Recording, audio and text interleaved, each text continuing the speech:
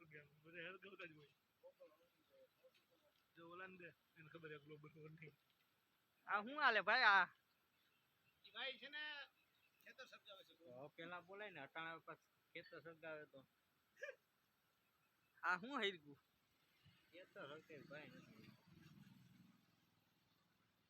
ભડકો કર્યો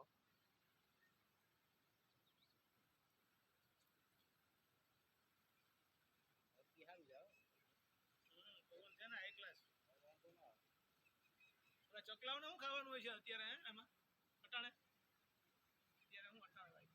ખબર પછી ઘઉં હોય ઘઉં ઘઉં ના ખાય ભાઈ જીવડા ખાય જીવાય